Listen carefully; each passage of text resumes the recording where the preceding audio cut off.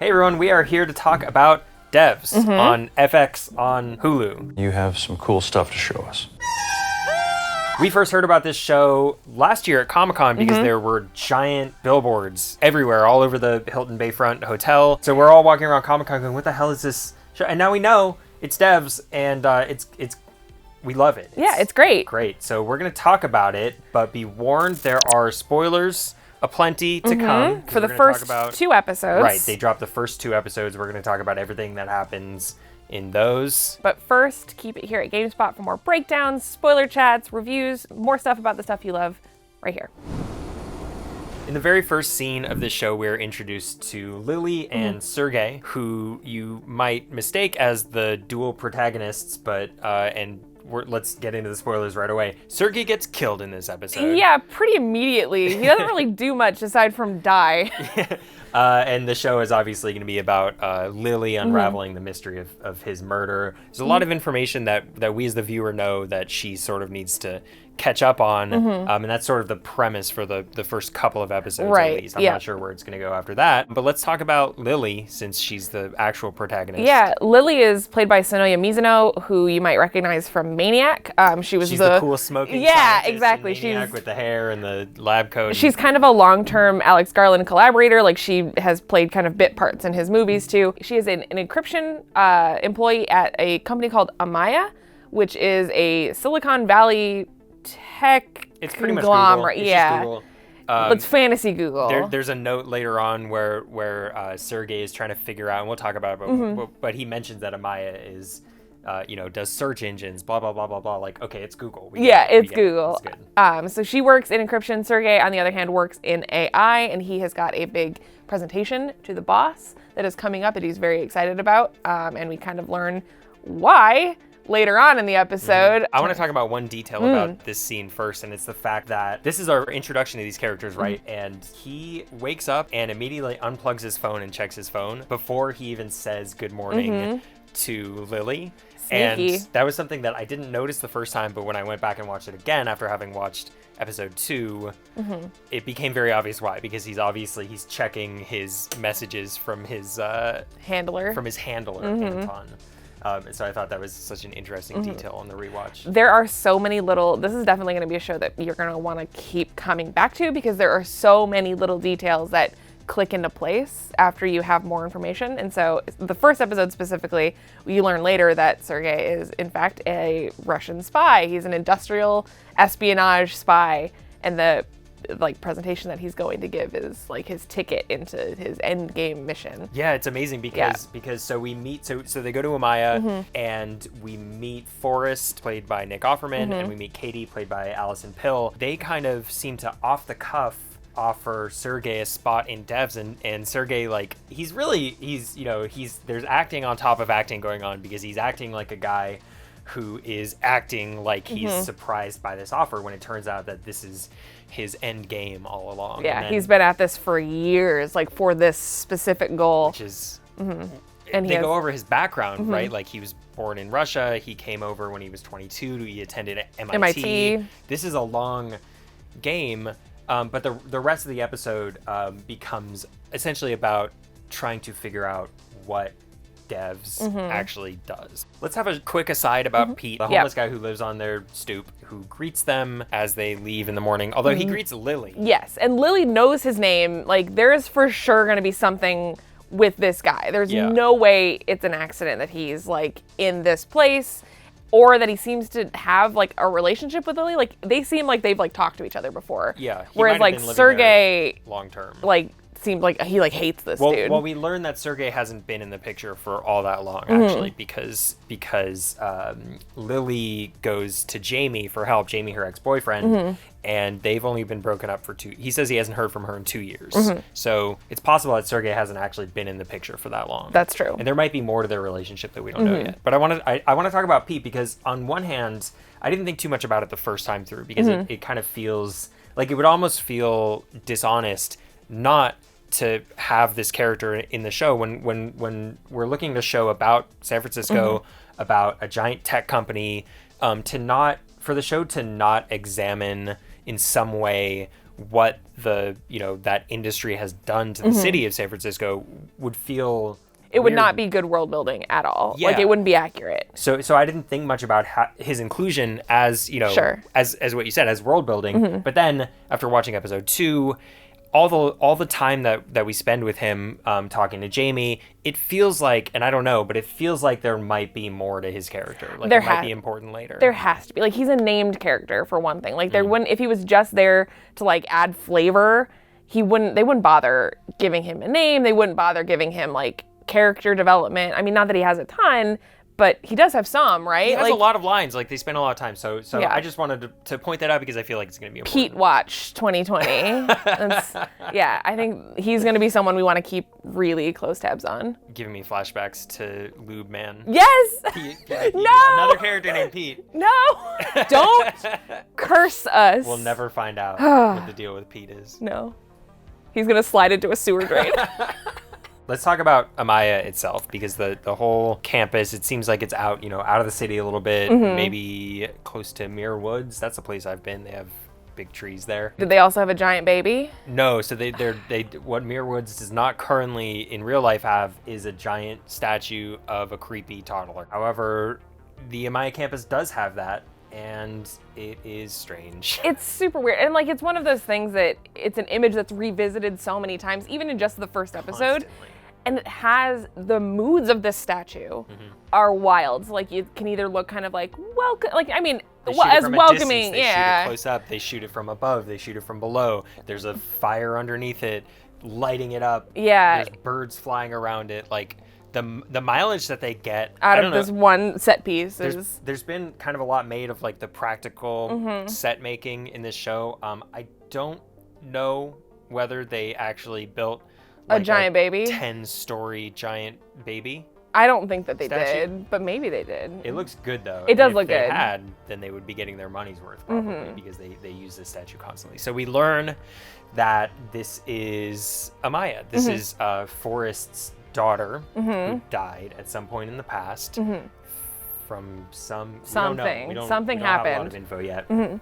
There's a little hint later on in the first episode when Katie and Forrest are talking. You could have the most rational person in the world, but if their kid gets hurt, they'll start praying. So that was a little hint, and then it's revealed in episode 2 that he talks about his daughter's death. And I have a lot of questions about that, but we can get to it later because we're talking about Amaya. And besides the giant baby statue peering down on the campus, there's a lot of interesting things here. Yeah, it seems, I mean, it's very, like we already said, that it's basically just, imaginary Google, and it literally is that. Like, it's got this own bus system that shuttles the employees back and forth. It's like a totally open office plan. Like, you see Sergei and his team are in a conference room that looks very much just like a traditional conference room, but then later we see Lily and her team in, like, basically kind of looks like a dorm room that they're like in and off. The wall, all looking out the window at this like beautiful lush forest. Yeah. I looked around my office. I was Yeah. like, this sucks. Yeah. I wish that I could just peer upon nature in all its splendor. While I recite Fibonacci numbers from memory. I guess Lily is smart. 233 377 610. 987. I literally had to be like, what are those numbers? And you I said don't it to me, and I was like, that's that seashell thing, right? Yeah. In Forrest's introduction, his first line is something about qubits. Yeah, that our competitors planted a story in the blah blah blah About how our qubits work okay, better. Already, like I'm getting a sense of this character from just these couple of lines, which is like he is like the egomaniacal like tech CEO guy, like anti media, Yes. Conspiracy theorist. Our competitors are planting stories in the Times or whatever. He says like they're just jealous our qubits work better. And I'm googling CUBIT. I'm like, this seems like something made up. Yeah, it's Q-Berts, the little orange guy. Yeah. Great. But Meg, you solved this Yeah, mystery. so I actually looked it up, and qubits are a real thing. It's QUBIT, qubit. It is a unit in quantum computing that is sort of like the information package. So it's not like you can't measure quantum computing with like gigs and megs and whatnot. It's qubits. What's quantum computing? That's a good question. Should we Google this? Hang on. Okay. Quantum computing is the use of quantum mechanical phenomenon such as superposition and entanglement to perform computation. What exactly does Amaya do as a whole? The big takeaway here is that if you're like us and don't really know anything about things that smart people know about, the things that you think are fake in this show are probably not fake. Like, it's probably based somewhere in reality. When you Google quantum computing, a picture of a machine comes up, and it's literally exactly like the machine inside Devs that Sergei goes nuts over like a few minutes after this conversation. And we both thought, watching the show, that the machine that they show in Devs was like a chitty chitty bang bang. Yeah, like some imaginary thing. It looks fantastical. Yeah. It looks like a steampunk contraption. It doesn't look like a real thing, but I guess it is. So, you know, it seems like a lot of research and work went into making this show as fantastical as the technology that they're developing will eventually reveal itself to be. Clearly, it is based. It is rooted in reality, which is terrifying. I love that. And cool. Let's talk about Sergei's presentation with the nematode. So we learn a lot about kind of the whole show and the premise of the show in just Sergei's presentation, and that he has been developing a system with his team that was able to predict the literal movements of a living creature. And granted, first it matches, and then Forrest raw dogs undressed lettuce in his face like a frickin' caveman. Yeah. It's interesting knowing what we know now about all the stuff that happens throughout the first and the second episodes, where what Devs is developing is similar technology in that they can, you know, in the deterministic worldview of the show, they can take events in the present and follow those events backward to their cause and effect. So if the present is the effect, back in time is the cause, and if you take all of the data in the present and you compute it and you follow it back like a trail of breadcrumbs through time, you can see a picture of Jesus Christ hanging on the cross, apparently. My point is, in this meeting with Sergei, when he and Katie are like acting like, whoa, we're so impressed by this, like they're full of shit. And so it makes me wonder whether they knew all along that Sergei was I really think they did. And I know we kind of had two different reads on this moment and in the scene, especially recontextualized with the end of the episode. But we agree that they're pretending to be impressed. Yes, they're absolutely pretending to be impressed. They're feigning interest in this. I really think, and based on what we know is, you know, we learn later on that the Devs unit has developed this computer that is all about determinism, which in theory, and granted this is not in the text of the episode yet, but in my head, if you have a deterministic worldview and there are tram lines, then it goes to follow if you can compute backwards, you can compute forwards as well. You think they are telling the future, and thus they would have known that Sergei was going to betray them, and they put him in Devs anyway. That's some Dr. Manhattan shit. That's also some Doctor Strange shit. It's Doctor Strange in Infinity War deliberately sacrificing himself because he knows that it's the 1 in 14 million possibility or whatever. And I don't know that I buy that for Forrest specifically. It's a little, I mean, it could go either way, honestly. Like I feel like there's a couple conversations between Forrest and Katie that happen that make me think that this is something that they knew and that Katie is not struggling with it and Forrest is. Forrest kind of looks to Katie in this meeting in the conference room and gets a little nod from her, which with a bunch of other things kind of makes me wonder who's actually in charge here. But they offer Sergei the job. Sergei and Lily talk about it. They agree that he can't reveal anything about what's going on inside Devs. Devs is top secret. Even to her, which she works at Amaya. If I was in this situation, I would be desperate to know. Like, I would be like, no way. You have to tell me everything. Lily's just chill about it, though. She's like, all right, I'll never ask and you'll never tell. Great. So the next day, Sergei has to do this interview, and this is our introduction to Kenton, who's Amaya's head of security. Who's terrifying. Yeah. Oh my God, he's so scary, especially throughout the first couple of episodes, but even just in this scene, I got such weird vibes from him. It's weird because he seems like he's a character from like a different show almost. Like he is a character from like an old school, like hard-boiled CIA drama where he's it's a like tough guy. Yeah, everybody else is like kind of like a tech nerd genius, whereas like Kenton feels like he's gonna like garrote you if you're like stepping out of line. And we learn in episode 2 that he definitely will. That's literally that is a thing. Sergei and Forrest walking through the woods toward Devs is like a really interesting conversation because Forrest is trying to get Sergei to guess what he thinks Devs is, and this conversation reveals a lot. So this is the conversation where Sergei says, well, I think it has something to do with quantum computing, but I don't think it overlaps with any other division within Amaya, and that's when he mentions search, AI, which is where he works, encryption, which is where Lily works, and Cold fusion is another one, which Forrest calls alchemy, which I thought was really interesting. Right, I love that because alchemy is the mythical science of turning materials into other materials, turning things into gold, which is fake. And so Forrest reveals a little bit something about himself and his own. He's a pragmatist, right? He believes that cold fusion is fake, an impossible technology.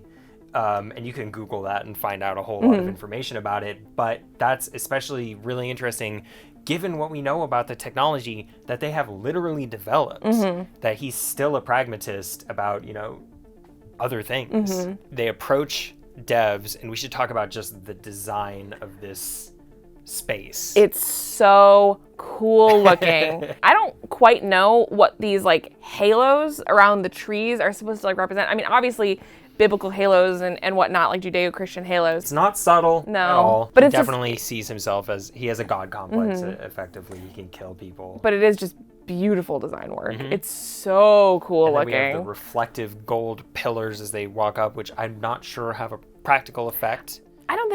Forrest kind of ticks off the boxes of the security around the Devs system, which is like there's a Faraday cage, there's a vacuum chamber. We should talk, Faraday cage it relates to electromagnetic waves, right? Like it shields you from them. Right, like you can, it's, like if you've ever been to like COSI and they have those shows or whatever where you can like go into a metal box and they can shoot it with lightning or whatever and it just goes around the cage. I don't know what you're talking about. It's a Faraday cage, it's a thing. Okay. But I think in this case, the Faraday cage keeps the electromagnetic energy in because as they enter, it's Sergei intuits and Forrest confirms that the entire structure, like the middle of Devs where all their desks and are and where the machine is in this vacuum. So it's just floating and everything is suspended, including the cube that goes across is all suspended using by electromagnetic. I mean, I don't know if that's possible. I would assume it's not, but I mean, everything else in the show keeps surprising me, so maybe it is. Maybe if you have more money than God, as Kenton says to Forrest in episode 2, maybe you can do that. Who knows? Maybe. And it's security and it's awe-inspiring and it might relate to the quantum machine itself in ways that we don't yet know. I know a lot of this set is practical too. Right, yeah, like Alex Garland has kind of been candid with talking about how the like gold leafing on the inside of the Devs building is all just actual gold leaf, and they had to have people like the set dressers and everything like come around and wipe down the gold and wipe down all the glass between takes because fingerprints would get on it and that would ruin continuity in shots. It seems like some of it in there is CG though. I'm sure some of it has to be. The camera's like flying around the cube showing it all these different angles. It has to. I mean, it can't, like they literally didn't build a floating set. Like it has to be at least partially CG. I was hoping they did that. That'd be cool. That would have been really cool. There's some stuff as Sergei is walking into Devs for the first time that, again, I only noticed when I went back and rewatched it. But there's a lot of moments where, like when he first sees the machine and he's freaking out, but he raises his hand to his face conspicuously and points his watch toward the machine. And the second time through, I noticed that it's like, oh, it seems like he's taking pictures even now. Like they haven't done the scene yet where he goes to the bathroom and like unlocks the camera, and opens the lens. But I don't know. When I rewatched it, I thought like maybe the lens is open, and when he goes to the bathroom later, he's just fiddling with it, and that's just the opportunity for the audience to be clued into the fact that he has this James Bond spy watch. I think it's really interesting because I also had like a similar read in his freak out. Like he has a genuine freak out moment after he's reading the code, and I think it's deliberately hard to tell whether or not he's freaking out because he's anxious about like stealing the code, or if he's freaking out because of what he's seeing. And I think that it's very deliberate that we're not supposed to be able to tell which is which or assume that it's kind of both. Yeah, little column A, little column B, I think. I mean, he clearly is nervous, and rightfully nervous because he's doing corporate espionage. He eventually will get caught and murdered shortly after this. But also, it seems like he has this conversation with Katie. This code Is it for real, or is it just theoretical? It's not theoretical. And what we learn in the next episode is that, this all relates to Forrest's evil monologue he's about to do about the universe being deterministic. We're all on tram lines. The tram lines are invisible, but every choice that you believe that you made is actually the result of things that happened to you in your past and things that have been happening in the world for all of time, and no free will doesn't exist. Is he seeing the code of human free will? Like, is he seeing the future and the past? Like, this whole scene reminded me of when Neo, like, perceives the Matrix for the first time. When he's reading the code, it's like, are you seeing that? Are you seeing reality written out in things that have happened, things that will happen, right? On a straight, because linear path. If that's true, if he is having that moment, he would immediately know that they know what he's there for.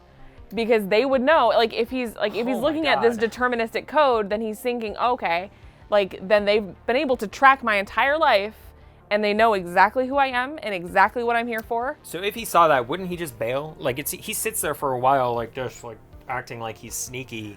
But I mean, that's the point, right? Because even if he knows, you can't change it. Do it. You can't change it, even if you know. Wild. So, okay, so do you think, we talked about this a little bit, do you think that he gets caught because, I think that it's because he's extremely obvious, like, doing this with his watch, and Katie is literally sitting there, like, looking over at him smirking, like, it seems like it's, and he also, like, went to the bathroom and, like, loudly vomited, so, like, everyone, like, it seems like he was walking around, like, thinking that he was being sneaky, and everyone is like, does this guy think he's not being obvious right now? You had a different take. I think he was so nervous that because he knew, like, he realized that they knew, and I think that Katie and Forrest knew from the interview process, maybe even before that. I think that they knew exactly who they were hiring, exactly what he was there for. I think that that's why Forrest had second thoughts. Like, that's why he was, like, looking to Katie for confirmation. Like, do we really have to do this? Do we really have to do this? And the answer is yes, you don't have a choice. So then why would they give him the job if they know don't have that a choice? They can't not do it. That's the point, so right? It is Dr. Manhattan. Yeah. You think the whole thing is going to turn out to be like some Dr. Manhattan? Yeah. Okay. The reason... I guess it's a good thing that we just spent 2 months breaking down Watchmen at the end of last year. The reason I knew to talk about determinism in reference to Dr. Manhattan is actually because I sat through the devs panel at New York Comic Con where Alex Garland talked about determinism, which was my first ever introduction to the concept of determinism. It's all connected. We're just on rails, man. You didn't even have a choice. I know. About talking about determinism. I know. After Sergei's brutal, extended murder, super uncomfortable to watch. Very hard to watch. We get Lily at home, and she's reading a book I wanted to point out. Colossus by D.F. Jones, right? Yeah, which is a 1960s sci-fi book about machines, like, taking over mankind and... Symbolism.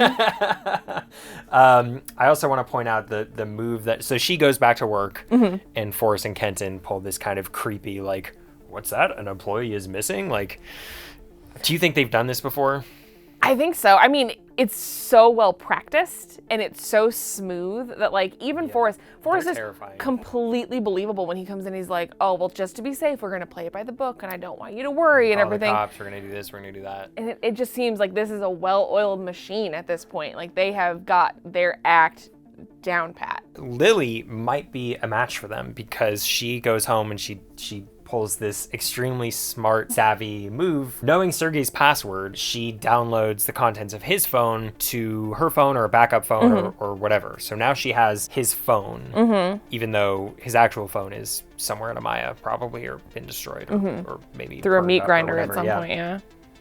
So now she has his phone, and this is the Sudoku app is sort of the crux of the next couple of episodes, is her breaking into this app.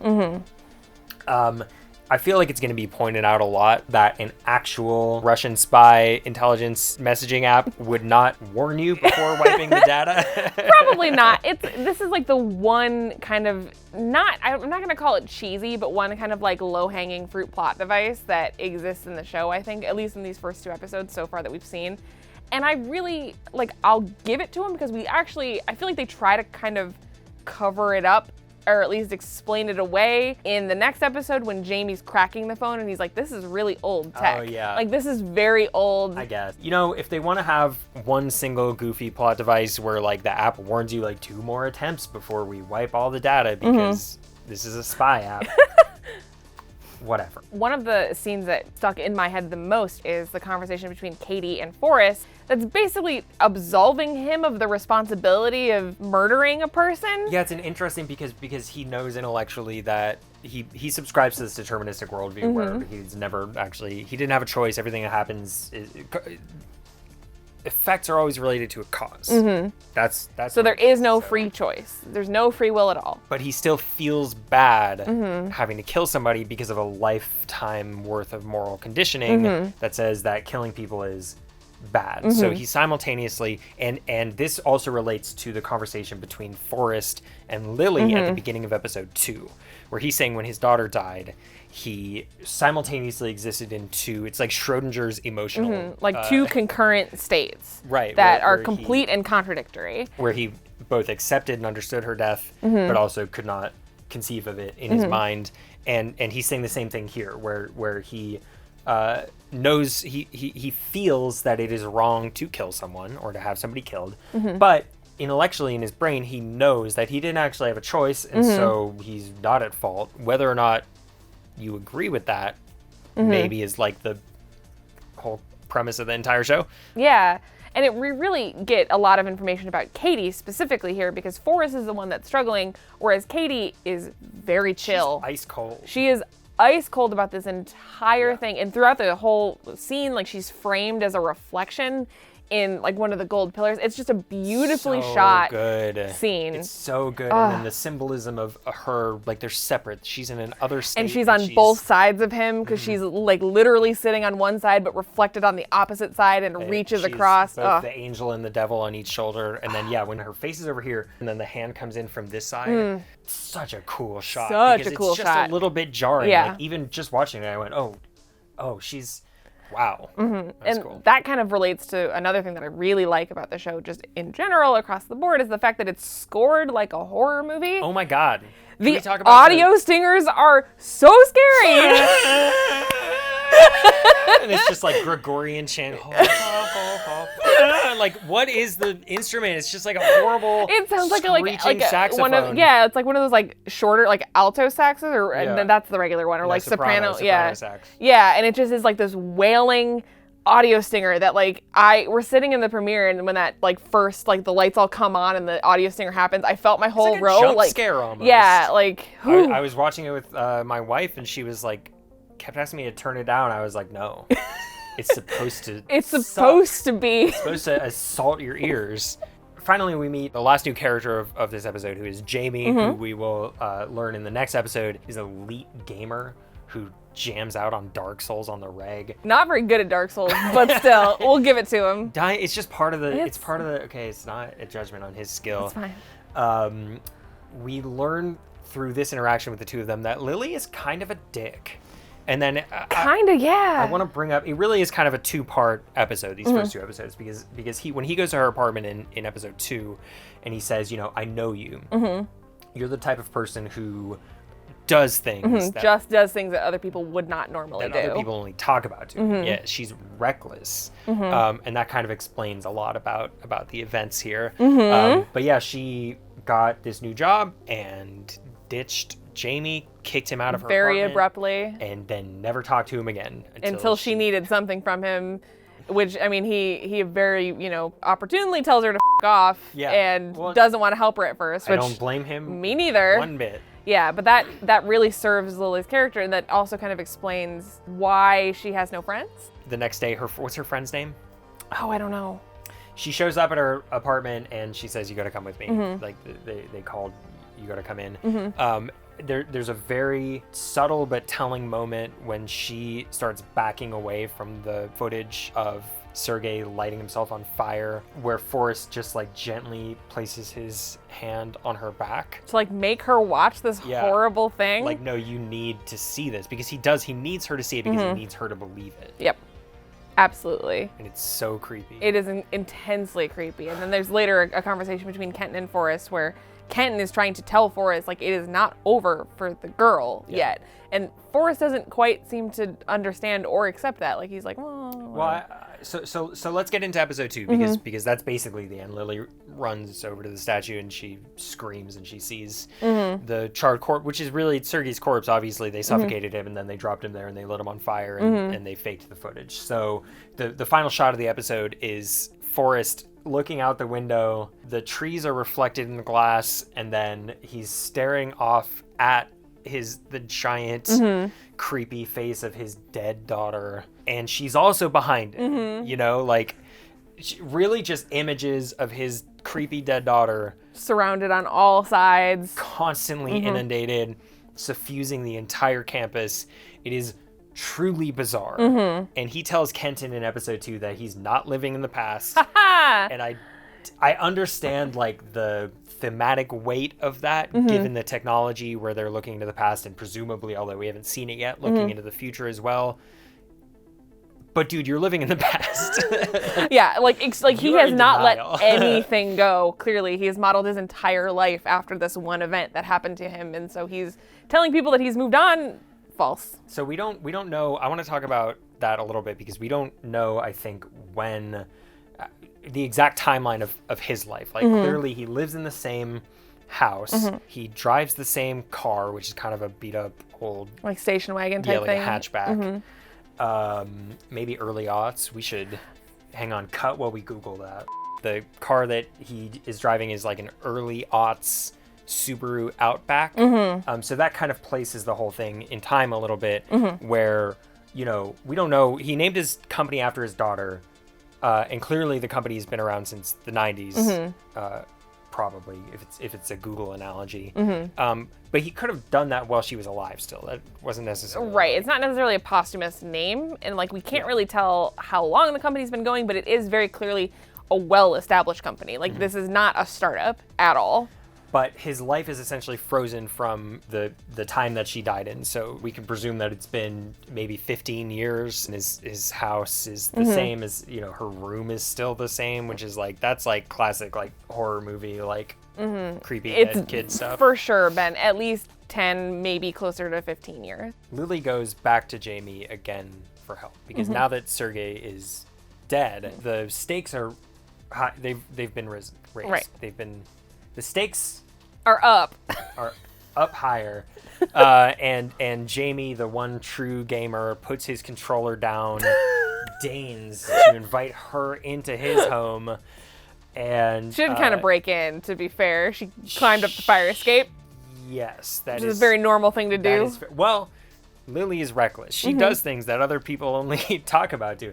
Jamie does some cool hacking stuff, so he determines that It's an old Russian spy app, that there could be other security, outdated. et cetera, et cetera. So How of course, stoked is Jamie to find out that his ex-girlfriend's this is like new Schadenfreude. boyfriend Like, I mean, turned out to be a Russian spy.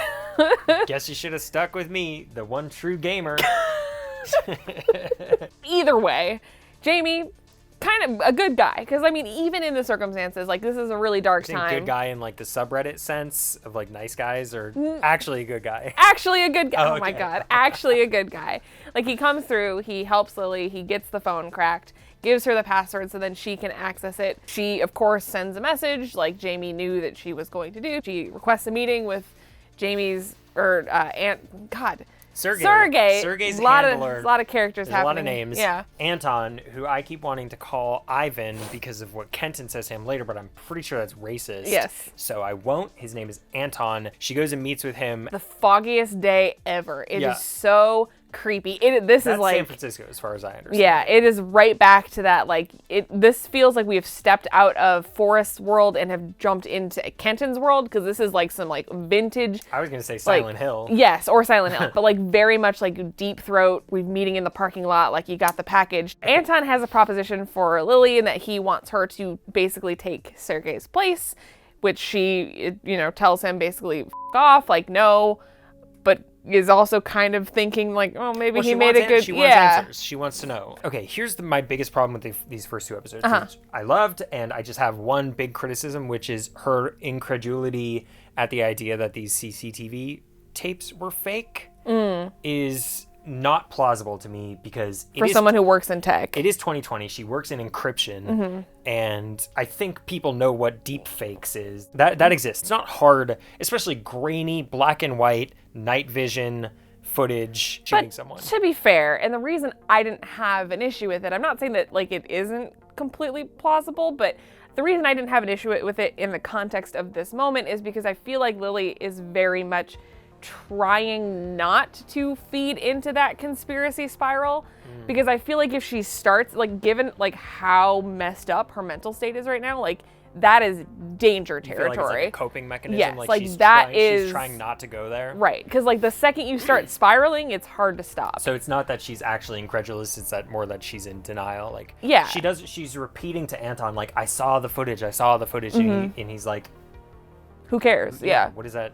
Come on. Yeah, no, I very much, given how smart we know Lily is, I very much get the vibe that she's just like digging her heels and like, no. Fair. Especially like it's criticism rescinded. Yeah. It's perfect show. Regardless of how Lily feels in that moment, we do get the reveal at the end of the scene that Kenton has been there the whole time. The spy was spying on the spy. Kenton is a scary guy. Yeah. He's just a terrifying dude. But he seems genuinely annoyed that this has now escalated. Like, absolutely. If Lily had left it alone, if she hadn't found the Sudoku app, this would be over. But in Kenton's mind, now he's gonna for sure have to kill Anton. He's gonna probably need to kill Lily as well, which he doesn't seem thrilled about. Let's talk about their confrontation, because there's a couple of other things that happen in this episode, but that we glimpse it at the beginning when the song Congregation by Low, which is an awesome creepy song. Good. Ooh. Yeah. So when that song is playing, it's a montage of Sergei's corpse and some other stuff. We get like this glimpse of Anton and Kenton fighting in the parking lot, and it's like, well, what is that? And then you kind of forget about it, and then at the end, they have this really awesome confrontation. Ugh. So when Kenton walks up to Anton and he does his spiel about like, she's an innocent, like you remember what innocents are, right? Like he's so accusatory. He makes a good case, and then Anton says, I thought this was a no bullshit conversation. That was bullshit. And now I'm convinced by Anton too. They're right? both very good at what they do, and what they do is present these like fronts to convince people of things. You people so love to sound straightforward, straight talkers, straight shooters. Because it gives you the cover of virtue. While you lie. You know, your fake moral high ground that isn't real, because he's like, the whole purpose of this, all the killing and everything that we do is for you. It's so that your strange, mysterious tech company can continue without oversight, and you can do whatever you want. Doing whatever you want, unobserved by anyone. Which, that's the moment where I was like, oh, he's right. That also sucks. Like, I'm not on. Yeah, no, Amaya is not a heroic. Here. Amaya is not a heroic company. Like, Kenton is not a protagonist. Yeah, nothing that is happening here is Amaya's good. Doing something, crazy, and we don't know what it is yet. But I was like, I'm kind of on the Russian spies side right now. But it doesn't matter because they have a big fight. Oh my god! And it's a brutal. That fight is awesome. It's awesome, but it's also just like horrifying in my mind. And granted, I have never seen two men in their 50s try to kill each other, but this is what I imagine it would actually look like, because it is not like a choreographed like superhero fight. Bam! Like there's no big choreography. Grappling with each other. There's no punches. Like no one's kicking. It's not like goofy sound effects. And then eventually there's no one-liners. No one says anything for the rest of it. Yeah. And it feels very down and dirty and real. Right, which is what makes it even more disgusting when, and also the song, the Congregation is playing, and then right on one of the beats in Congregation is when Kenton wedges Anton's neck up against a tire till it snaps. We were in the theater for the premiere the other day, and like the reaction to that moment from everybody in the theater, who's like the cast and the crew and journalists, was there was like a theater-wide gut recoiling from that. It's not a gory moment. Like it's not even like it's just a sound effect. Yeah, it's just a sound and like a quick visual, and it just it was so effective. It's just it's a reminder. Yeah. That we are fragile meat sacks. That's the end of the episode, but we need to go back a little bit and talk about arguably the biggest scene of episode 2, the 2,000-year backward projection. And as Stewart, who is puts it. Stephen McKinley Henderson, who is going to be apparently in the upcoming Dune movie, which... Yeah, so that guy looks really familiar to me. I couldn't quite place him. However, Lyndon, the other programmer, is Kaylee Spaney from Pacific Rim Uprising. Yeah, playing a boy. Lyndon, as far as we know, is just a teen boy. Yeah, I think it's not clear whether that's a trans character or something. Yeah, it's not. I but assume we'll find out more either about way, them. pretty cool. So we learn kind of more about the devs unit just in this scene. They're looking at a literal recreation of Christ on the cross. Yeah. Oh my God. As the picture sort of coalesces, it felt to me like a lot of the movies I grew up watching were Indiana Jones, where the Ark of the Covenant, or in The Last Crusade, Absolutely. the cup, like it felt like humanity, like witnessing something. Like I was with Stuart. I am not Catholic. I was raised Catholic, so there's still like a little bit of like the fear of God in me somewhere deep down inside. And so I was with Stuart. We made a 2,000-year projection. Where are the happy smiles? Where's the champagne? We should be bathing in it. That said, we don't know what their goal is. Like, they could go to the press with this, and they could go to the government with this and do defense contracting or whatever, although Forrest says he said in episode 1 he doesn't give a about national defense or whatever. I thought it was interesting, though, because we just don't know what their goal is. Like, Forrest comes in and he goes, the problem is this either fails entirely or it is an objective success. And we know what his bar for an objective success is, but we don't know why. Right. Yeah. That's the most interesting part, and I think the mystery, because it's not necessarily like the reveal of this episode is not necessarily that they're building a supercomputer that can like tell history or like recreate history. It's the fact that we have literally no idea what the point of that technology is. Besides that, he makes Katie and Lyndon and Stuart leave the room so he can look at an image of his daughter blowing bubbles. Right. It felt to me also like the movie Primer. Oh, yeah. This might be a deep cut, but it's a 2004 Shane Carruth time travel movie where essentially two idiots, I mean, they're scientists, they're smart, but they're kind of doofuses, invent time travel and then use it for very petty, selfish, stupid purposes. And that kind of, I mean, you've created something that, the way I interpreted this machine is it takes the data from the present, which is the effect, and it uses that to extrapolate the cause and recreate an image of whatever that is. So whatever it's the butterfly effect. It's if the cause is you and me standing here, let's go back 4,000 years in history and find out what effects led to that, and then we can create an image of it somehow, which is like wild and mind-blowing and really awesome to think about. But he's using this technology to see more pictures. Like there's not enough images of your daughter constantly on all sides of you. This is what you use this for. I think, and I mean, this is just me guessing and I don't know, but I think that if this is the technology that they're trying to make, and if this is the moment that he keeps like revisiting, it makes me think that the end goal here is to figure out the causes so that they can change them.